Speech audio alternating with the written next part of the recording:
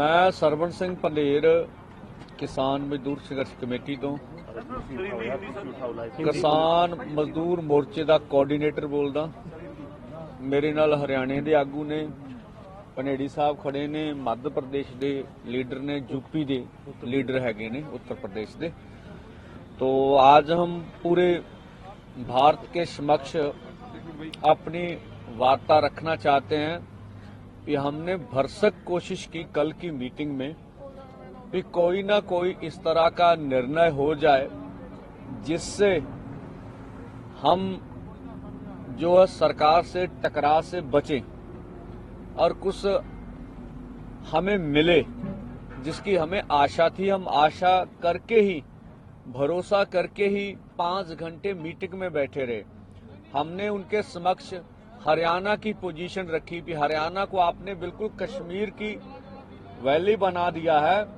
आप हरियाणा में हर गांव में पुलिस भेज रहे हैं, हरियाणा के हर गांव में वाटर कैनन भेजे हैं आपने, हरियाणा के हर गांव में पटवारी जा रहे हैं, हरियाणा के हर गांव के किसानों को रिश्तेदारों को तंग किया जा रहा, बोला जा रहा आपका बेटा एमबीबीएस कर रहा, उसे करने नहीं देंगे, आपका बेटा डिग्री जिस तरह के लिए उसको होने नहीं देंगे, आपका घर भाई नौकरी कर रहा उसे नौकरी से निकाल देंगे और आपके पासपोर्ट रद्द कर देंगे।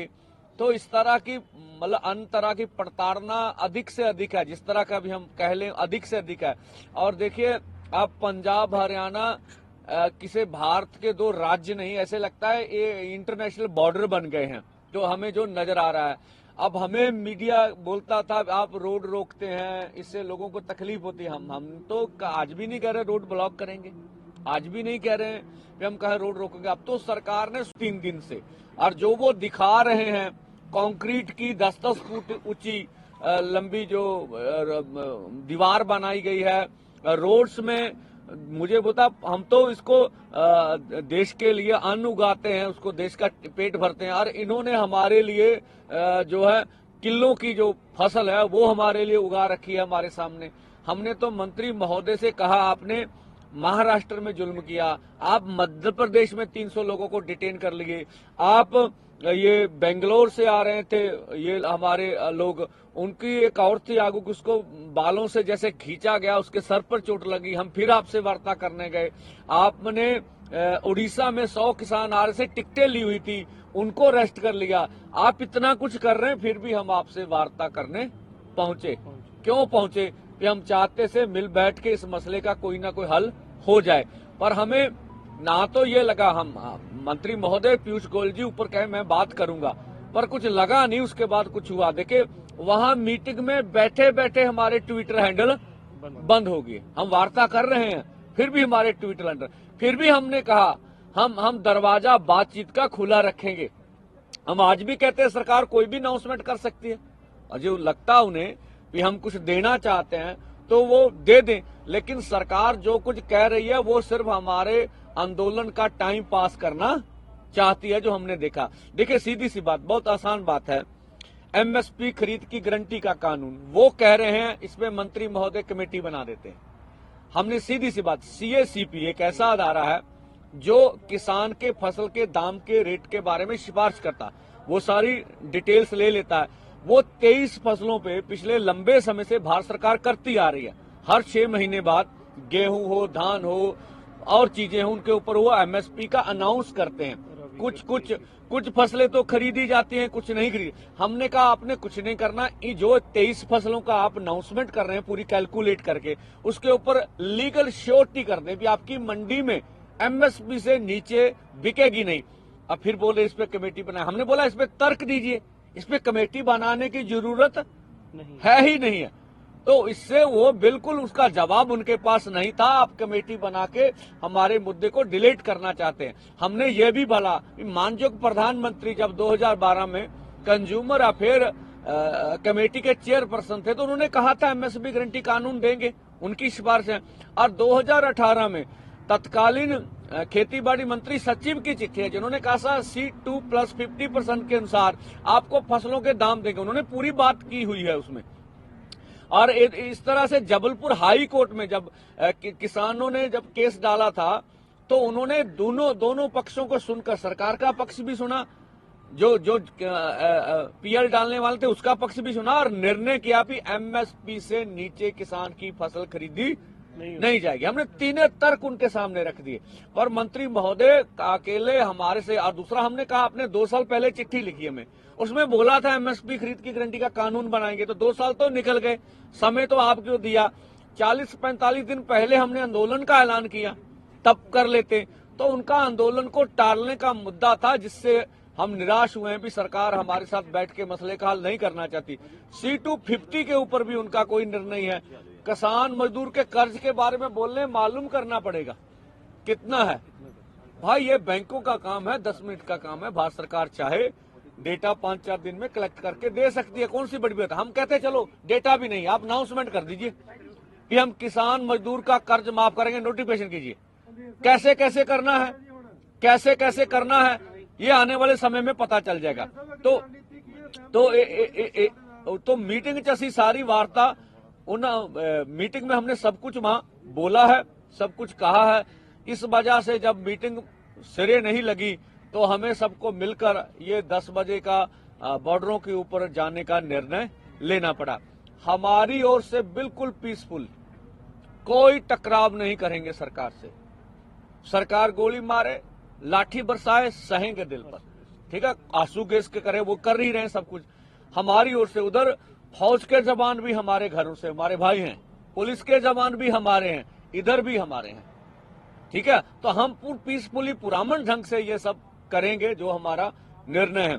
दूसरा, हम मीडिया से अपील करना चाहेंगे कि हमारे अक्ष को बिगाड़ा ना जाए, ठीक है। वो हमारे अक्ष को से, हम देश के किसान मजदूर हैं। किसी जो बोला जा रहा है मीडिया में, कोई कांग्रेस को नहीं, कोई कांग्रेस हमें सपोर्ट नहीं करती। हम कांग्रेस को भी उतना दोषी मानते हैं जितना भाजपा दोषी है। ये नीतियां तो कांग्रेस लेके आई है, हम कोई लेफ्ट नहीं है। हम जो सीपीआई सीपीएम ने जो बंगाल में राज किया, उन्होंने 20 गलतियां की, वहां सब पश्चिमी बंगाल में कौन सा इनकलाब आ गया।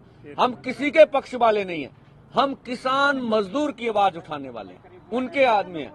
तो बाकी हम फिर अपने लोगों से अपील करेंगे, चाहे पंजाब और देश के गायक हैं, बुद्धिजीवी हैं, एनआरआई भाई हैं, चाहे और सिविल सोसाइटी है, सभी सिविल सोसाइटी, उसमें पत्रकार भाईचारा भी आता है, वो जरूर इस बड़े आंदोलन में, ये हमारा सवाल नहीं, हम नहीं कहते, 140 करोड़ देशवासियों की मांग है, उसमें से 60 करोड़ से अधिक किसान है जिस देश में, खेत मजदूर अलग हैं, तो 70-75% आबादी की मांग है। सब हम मिलके करेंगे, इस देश को हम आगे लेके जाना चाहते हैं। अगर कृषि बच गई तो देश बच जाएगा। तो ये हमारी बात सी। और मैं हुण पंजाबी च कह देना चाहना भी देखो भराओ, पंजाबी ते हरियाणा मीडिया, मैं सारा मीडिया कहना चंगा, कोई माड़ा नहीं हैगा। अपने बंदे जरूर मीडिया नाल जिहड़ा सहयोग करन, जिहड़ी ओहदे विच साडे बंदे मीडिया नाल टकराअ वाली गल च ना आउण। साडी जिहड़ी बेनती है, साडे नौजवान, साडे किसान मजदूर किते भी भड़काहट च ना आउण। गुरु साहब दी सारी उम्र उन्होंने बड़ा बड़ा उपदेश दिता, जंगा लड़ियां, किते भी हौसला नहीं खोया, किते भी भड़काहट च नहीं आए, अखीर तक गलबात हुंदी रही, अखीर तक असी गल सुनते रहे। असी टकराअ वाले पासे नहीं जाना चाहते। तो ठीक है, साडा मुहिम है, साडा फैसला वा कि असी साडी सरकार ने गल नहीं सुनी हैगी, असी हुण अगे वधना हैगा। तो इस करके फिर सारे मीडिया नूं, पंजाब दा मीडिया विशेष करके, हरियाणे दा मीडिया, ये पूरा सहयोगी है, सारा मीडिया, दूसरा भी हैगा।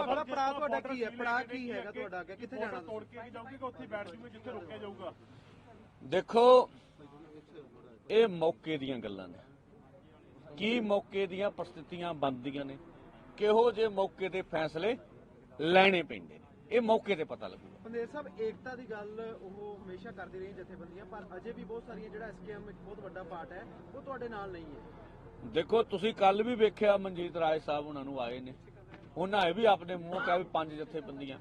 ਸਾਨੂੰ ਤਾਂ ਸਾਰਿਆਂ ਦੇ ਫੋਨ ਆ ਰਹੇ ਆ, ਅਸੀਂ ਤੁਹਾਡੇ ਪਿੱਠ ਤੇ ਖੜੇ ਆ, ਤੁਹਾਡੇ ਨਾਲ ਆ ਵੀ ਰਹੇ ਆ।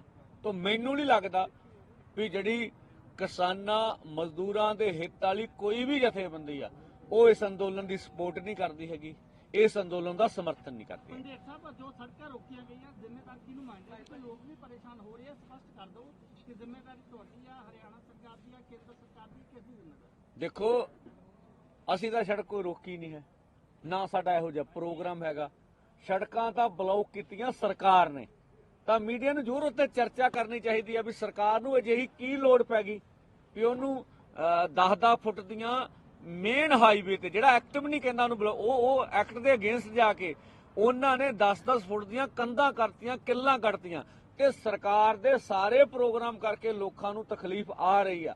ਅਸੀਂ ਲੋਕਾਂ ਨੂੰ ਕਹਿਣਾ ਚਾਹੁੰਦੇ ਵੀ ਸਾਡੇ ਵੱਲੋਂ ਕੋਈ ਅਜਿਹਾ ਪ੍ਰੋਗਰਾਮ ਨਹੀਂ ਹੈਗਾ ਵੀ ਅਸੀਂ ਸੜਕ ਬਲੌਕ ਕਰਨੀ ਹੈ। ਸਰਕਾਰ ਨੇ ਸੜਕਾਂ ਬਲੌਕ ਕੀਤੀਆਂ ਹੈਗੀਆਂ। ਪਟੇਲ ਸਾਹਿਬ ਮੀਡੀਆ ਤੇ ਵੀ ਕੈਮਰੇ ਖੋਲੇ ਜਾ ਰਹੇ ਜੀ, ਪਬਲਿਕ ਮੀਡੀਆ ਜਾ ਰਿਹਾ ਉਹਨਾਂ ਨੂੰ ਕੀ ਅੱਗੇ ਉੱਥੇ ਰੁਕ ਜਾਣਾ ਜਾ ਕੇ ਕਿ ਅੱਗੇ ਦਿੱਲੀ ਵੱਲੋਂ ਨਿਕਲਣਾ? ਦੇਖੋ ਦੋ ਸਵਾਲ ਹੈ। ਦੇਖੋ ਮੀਡੀਆ ਜਿਵੇਂ ਬਰਾੜ ਜੀ ਸੀ ਆਪਣੇ ਪੱਤਰਕਾਰ, ਜਿਵੇਂ ਉਹਦੇ ਬਾਰਡਰ ਤੇ ਕੈਮਰਾ ਖੋਇਆ ਗਿਆ। ਅਸੀਂ ਮੀਡੀਆ ਨਾਲ ਸਰਕਾਰੀ ਤੌਰ ਤੇ ਕੋਈ ਵੀ ਬਦਤਮੀਜ਼ੀ ਕੀਤੀ ਜਾਂਦੀ ਹੈ ਉਹਦੀ ਨਿੰਦਾ ਕਰਦੇ ਹੈਗੇ, ਠੀਕ ਆ। ਦੇਖੋ ਇਹ ਦੇਸ਼ ਦੇ ਲੋਕਤੰਤਰ ਦਾ ਚੌਥਾ ਸਤੰਭ ਹੈ। ਤਾਂ ਤੁਸੀਂ ਵੇਖ ਲਓ ਵੀ ਜਿਵੇਂ ਕਿੰਨਾ ਵੱਡਾ ਸਾਡੇ ਤੇ ਪ੍ਰੈਸ਼ਰ ਹੈ ਜਦੋਂ ਇਸ ਕਿਸਮ ਦੇ ਕੰਮ ਕੀਤੇ ਜਾ ਰਹੇ ਹੈਗੇ। ये बात स्पेशल करके हमने मीटिंग में भी उठाई थी कि मीडिया के ऊपर आपने रोक लगा दी गई है, जिसपे सरकार के पास कोई जवाब नहीं था, और इंटरनेट पे रोक लगा दी गई है। उसके बाद ट्विटर हैंडल बंद कर दिए गए। लेकिन एक विशेष बात, हमने 2 दफा जाकर बात की है सरकार से, 2 दफा हम चलकर गए हैं वहां पर तक, हमने बातचीत का रास्ता खुला रखा, लेकिन सरकार ने एक भी कदम नहीं उठाया। मीटिंग के अंदर जिस पर सबसे ज्यादा बहस हुई कि वो सब कमेटियों के लिए बात करते हैं, अलग अलग फोरम के लिए बात करते हैं, कमेटियों को बड़ा करने की, विस्तार करने की बात करते हैं, फिर करते हैं कि हम चर्चा करेंगे। लेकिन अजय मिश्रा टैनी जो 120B का अपराधी है, उसको बर्खास्त करने के लिए तो किसी कमेटी की आवश्यकता नहीं थी, तो वो उस पे बोलते हैं कि वो चुप ही कर जाते हैं, इस बात पे उनको कोई उत्तर ही नहीं होता है। तो हमने, सरकार ने अभी तक एक भी कदम किसानों मजदूरों के हक की आवाज के लिए नहीं बढ़ाया है। तो दूसरी बात जब हमने बोली है कि आप चर्चा की बात आज करते हैं कि 2 साल के अंदर एक भी एमएसपी की कमेटी की मीटिंग नहीं हुई, आपका कहीं बयान तक नहीं आया, सरकार ने कहीं संसदीय सत्र बुलाने की बात नहीं की कि विशेष सत्र बुलाया जाता है, तो सरकार की तरफ से एक भी कदम नहीं है। और हमने कल स्पष्ट कर दिया था कि जब अमृतसर से काफिला चला था कि हमने दिखाया कि कितने डिसिप्लिन के साथ किसान चल रहे हैं, बिल्कुल रोड नहीं रोका गया था, एक लाइन के अंदर किसान थे, लगभग 600 से ऊपर ट्रैलियां थी, आज 1000 ट्रैली यहाँ पर फतेहगढ़ साहब के अंदर खड़ी है, बिल्कुल लाइनबद्ध, और कहीं पे भी नहीं रोका जा रहा है। और लोगों को परेशानी हो रही है ये पिछले 3 दिन से। मैंने कल ही पढ़ा था कि चंडीगढ़ बार एसोसिएशन ने इसके लिए बोला है कि आप हम नहीं पहुंच सकेंगे कोर्ट, आप हमारा इसमें सहयोग करें, और उसके लिए हाँ PI डाली गई है। हाँ ਪਟੇਲ ਸਾਹਿਬ ਇਸ ਵਾਰ ਜਿਹੜੇ ਕਿਸਾਨ ਅੰਦੋਲਨ ਹੋਣ ਜਾ ਰਿਹਾ, ਇਹ ਪਿਛਲੀ ਵਾਰ ਜਿੱਦਾਂ ਕਿਸਾਨ ਜਿਹੜੇ ਉਹ ਇਕਜੁੱਟ ਸੀਗੇ, ਇਸ ਵਾਰ ਕਿਤੇ ਨਾ ਕਿਤੇ ਟਕਰਾਅ ਵੀ ਲੱਗ ਰਿਹਾ, ਕਿਤੇ ਨਾ ਕਿਤੇ ਵਿਵਾਦ ਵੀ ਹੋ ਰਹੇ ਨੇ, ਕਿਤੇ ਨਾ ਕਿਤੇ ਚੁੱਪੀ ਵੀ ਕਾਫੀ ਨਜ਼ਰ ਆ ਰਹੀ ਹੈ। ਤੁਸੀਂ ਦੇਖੋ, ਤੁਸੀਂ ਵਿਵਾਦ ਦਾ ਨਾਮ ਦੱਸੋ, ਕੋਈ ਵਿਵਾਦ ਨਹੀਂ ਹੈ, ਕੋਈ ਟਕਰਾਅ ਨਹੀਂ ਹੈ, ठीक है ना। ਸਿੰਘ ਚੜੂਨੀ ਨੇ ਖੁੱਲ੍ਹਾ ਬੋਲੇ हैं, उन्होंने सोशल मीडिया पे अपनी वीडियो, वो कह रहे मेरे से कोई डिस्कस नहीं किया किसी भी तरीके का, सत्या जा रहा है ना कितने बुलाया जा रहा है, कितने नजरअंदाज किया जा रहा है। देखो एलिगेशन भी हो रहा है कि पिछली बार जो है इन्होंने एक पत्र दे दिया था, हमें 6 महीने बाद पता लगा, और अब हम लोगों को कहीं भी लूप में नहीं लिया गया, हम लोगों से कोई बात नहीं की। ਦੇਖ ਸਕਦੇ ਮੈਂ ਵੀ ਐਡ ਕਰ ਦਿੰਦਾ ਕਿ ਗੁਰਨਾਮ ਸਿੰਘ ਚੜੂਨੀ ਨੇ ਕਿਹਾ ਕਿ 14 ਮੀਟਿੰਗਾਂ ਦੇ ਵਿੱਚ ਐਮਐਸਪੀ ਦੀ ਗੱਲ ਕਿਤੇ ਨਹੀਂ ਕੀਤੀ ਗਈ ਜਦੋਂ ਦਿੱਲੀ ਦੇ ਵਿੱਚ ਹੋਈਆਂ। ਉਹਨਾਂ ਕਿਹਾ ਕਿ ਜਦੋਂ ਅਮਿਤ ਸ਼ਾਹ ਦੇ ਨਾਲ ਮੀਟਿੰਗ ਹੋਈ ਉਦੋਂ ਮੈਂ ਕਿਹਾ ਐਮਐਸਪੀ ਬਾਰੇ, ਪਰ ਅਮਿਤ ਸ਼ਾਹ ਉਦੋਂ ਹੀ ਮੁੱਕਰ ਗਏ ਸੀ ਵੀ ਐਮਐਸਪੀ ਨਹੀਂ ਦੇ ਸਕਦੇ। ਸੁਣ ਲਓ ਮੇਰੀ ਬੇਨਤੀ ਸੁਣ ਲਓ, ਇਹਨੇ ਸਵਾਲ ਉਹ ਭਾਈ ਸੁਣ ਲਓ। ਸਿਰਫ ਇਹ 3 ਖੇਤੀ ਕਾਨੂੰਨਾਂ ਵਾਸਤੇ ਆਏ ਆ। ਦੇਖੋ ਇੱਕ ਮਿੰਟ, ਇੱਕ ਵੀਡੀਓ ਮੀਟਿੰਗ ਦੇ ਵਿੱਚੋਂ ਨਿਕਲ ਕੇ ਬਾਹਰ ਆਉਂਦੀ ਆ ਜਿਹਦੇ 'ਚ ਖੇਤੀਬਾੜੀ ਮੰਤਰੀ ਕਹਿੰਦੇ ਆ ਵੀ ਜੇ ਅਸੀਂ ਸਾਰੀ ਫਸਲ ਖਰੀਦੀਏ ਤੇ 17 ਲੱਖ ਕਰੋੜ ਰੁਪਏ ਦਾ ਸਾਨੂੰ ਬਜਟ ਚਾਹੀਦਾ। ਜੇ ਮੀਟਿੰਗ 'ਚ ਗੱਲ ਨਹੀਂ ਹੋਈ ਤੇ ਇਹ ਨਿਕਲ ਕੇ ਕਿਵੇਂ ਆ ਗਈ? ਪੂਰੀ ਦੁਨੀਆ ਦੇ ਮੀਡੀਆ 'ਚ ਗਈ ਹੋਗੀ। ਇੱਕ ਬਸ ਇੱਕ ਚੀਜ਼ ਉਹ ਖਲੋ।